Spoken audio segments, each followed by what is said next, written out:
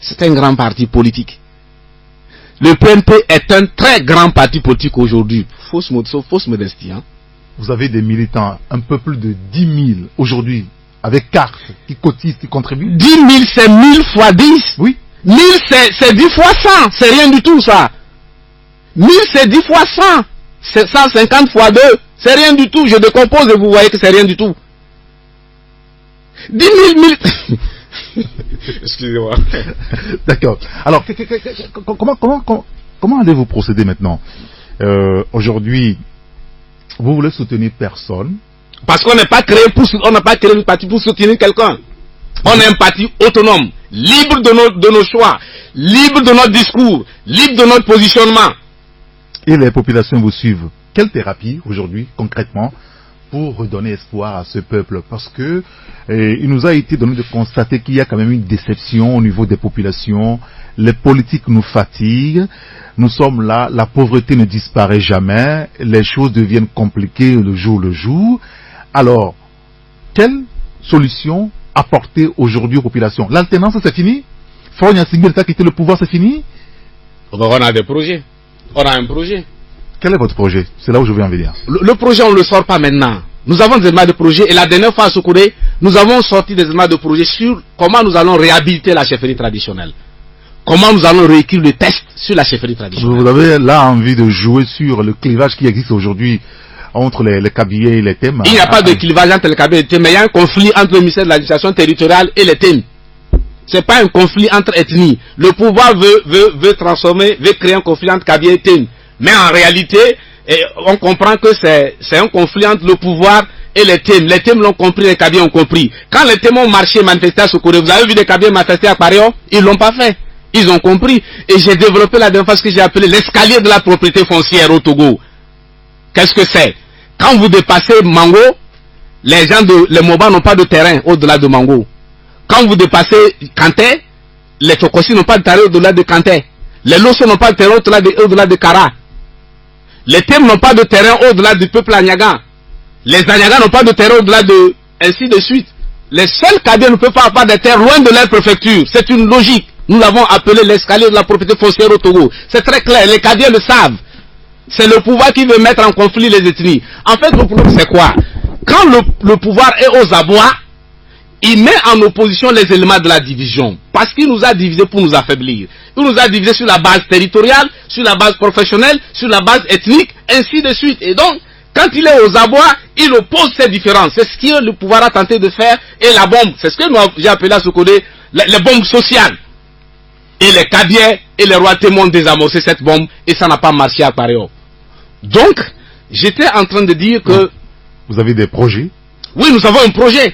Mais nous ne le sortons pas. De temps en temps, on sort des éléments, comme nous avons parlé la dernière fois, comment nous allons réhabiliter la chefferie traditionnelle qui a été exterminée par le régime Yadema. Nous allons réhabiliter la chefferie traditionnelle. On va la réhabiliter. Mais il y a d'autres éléments. Si nous sortons notre programme aujourd'hui, nous craignons que des gens le reprennent et qu'à un moment donné, tout le monde parle de la même chose. Oui, mais c'est pour le bonheur des populations. C'est-à-dire comment faire pour, n'est-ce pas, restaurer cette population, ce Togo. Il s'agit de ça. Il ne s'agit pas de copier votre programme. Ils nous ont écoutés sur la réhabilitation de la chefferie traditionnelle parce qu'en réalité, la question foncière, le problème du foncier est lié au problème de la royauté.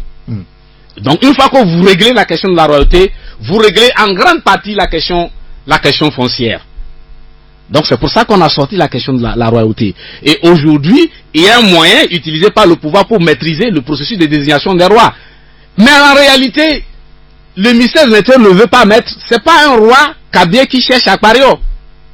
Il cherche une signature pour brader les terres de Paréo. C'est très clair. C'est le vrai problème à votre avis? C'est le vrai problème parce que les gens ont des relations avec des multinationales, des grandes sociétés, des compagnies qui ont besoin de vastes territoires. Il faut trouver un roi qui signe facilement. Boukpessi cherchait une signature tout simplement. Là vous l'accusez clairement. Bien sûr, c'est lui qui est devant moi, c'est lui qui a géré cette histoire. Il est ministre de l'administration territoriale, non? Oui. Oui, c'est parce que c'est en tant que ministre de l'administration territoriale que je l'accuse, c'est parce qu'en tant que Boukpessi, je n'ai rien à voir avec lui. En tant que Boukpessi, il ne m'intéresse pas. Il ne m'intéresse pas, je n'ai pas le temps pour parler de lui en tant que Boukpessi. Mais, en tant que ministre de l'administration territoriale, oui, j'en parle. Parce qu'il est payé sur les fonds publics, moi aussi je contribue. Comment allez-vous vous prendre pour gérer la question de l'économie au Togo? Vous voulez que je sorte mon programme? Non. On ne le sortira pas. Je vous demande juste le problème économique du Togo. Comment pensez-vous qu'on peut régler ça pour le bonheur des populations? D'abord, le premier élément à faire, c'est d'arrêter le pillage systématique des ressources. Parce que vous ne pouvez pas mal gérer, piller les ressources internes et continuer par vous endetter. Ça ne marche pas. Comment on pille, comment on gère mal les ressources nationales? Mais dans les journaux... Oui, ça c'est les journaux. Vous n'allez pas nous dire que c'est les journaux qui vous informent, vous les politiques quand même. Vous n'allez pas me dire que je n'ai aucune relation avec des gens dans le pouvoir. J'espère que c'est pas ce que vous êtes en train de dire. Non. Vous savez, au-delà de tout, le pouvoir c'est les hommes. Nous aussi c'est des hommes. Nous avons des relations.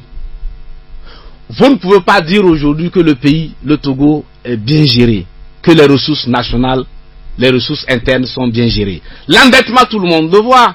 Nous avons emprunté, il sait même qui le dit sur la TVT. On a tel prêt, on a eu tel prêt, on a eu tel prêt, on a contracté tel prêt.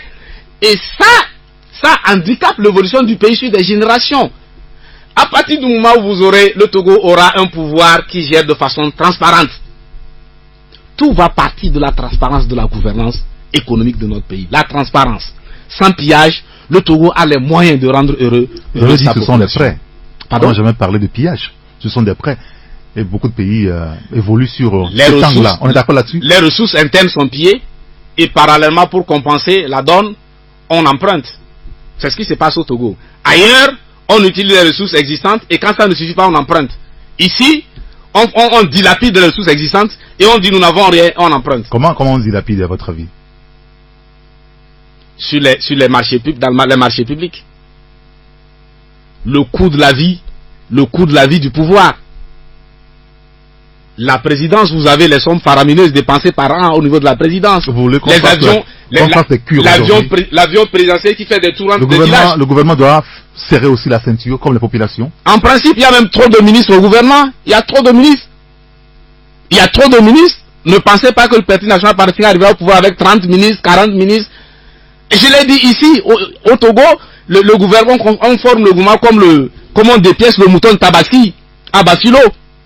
C'est-à-dire, pendant qu'on coupe, on se rappelle d'une tante, il y a telle tante on coupe, on se rappelle d'un oncle on coupe. C'est comme ça que le gouvernement est constitué, c'est pour ça que vous avez une trentaine, 34, 35. En fait, on n'en a pas besoin.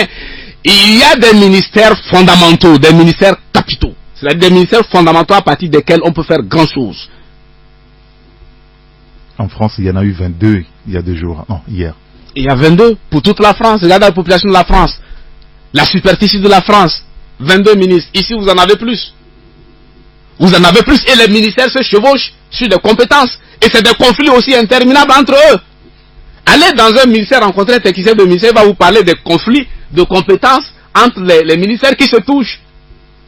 Vous avez longtemps travaillé au niveau du ministère des droits de l'homme. J'ai fait 10 ans au ministère des droits de l'homme. 10 ans. Vous connaissez beaucoup de choses de l'intérieur, c'est ça? Oui, à peu près. En tout cas, de ce positionnement, j'ai vu des choses. Sur la question des droits de l'homme, le gouvernement togolais a-t-il fait de progrès, oui ou non? Oui, mais si vous attendez ça de ma bouche, vous êtes honnête, vous pouvez le dire. Moi que l'on a chassé à Mango, à Kara, il y a quelques jours, la liberté d'expression n'est pas encore garantie. Vous voulez que je dise quoi? La presse, vous êtes acculés. Vous aussi, vous avez besoin d'être courageux pour faire le travail que vous faites en ce moment. Vous avez besoin d'avoir le courage pour poser les questions que vous posez. Parce qu'il y a aussi la pression sur vous. Vous devez craindre le risque aussi. Au Bénin, c'est pas la même chose. Au Ghana, c'est pas la même chose. Les journalistes ne craignent rien là-bas. Ici, vous avez besoin d'être courageux. En plus de l'intelligence. En plus de l'intelligence, vous avez besoin d'être courageux. Et ça, c'est au Togo. Non, nous sommes là, on travaille, on est sur la tâche. Parce que vous êtes têtus. C'est parce que vous fermez les yeux sur des risques aussi, sur les dangers, que vous continuez. Vous ne pouvez pas me dire que c'est sans courage que vous faites ce travail. Vous ne pouvez pas me le dire, je ne peux pas le croire. Dans tout travail, il faut un brin de courage quand même pour avancer. On est d'accord là-dessus? Oui, courage pour la tâche. Mais ça, ce n'est pas le courage pour la tâche, c'est le courage pour des risques qui vont venir. D'ailleurs, pas du boulot que vous exercez.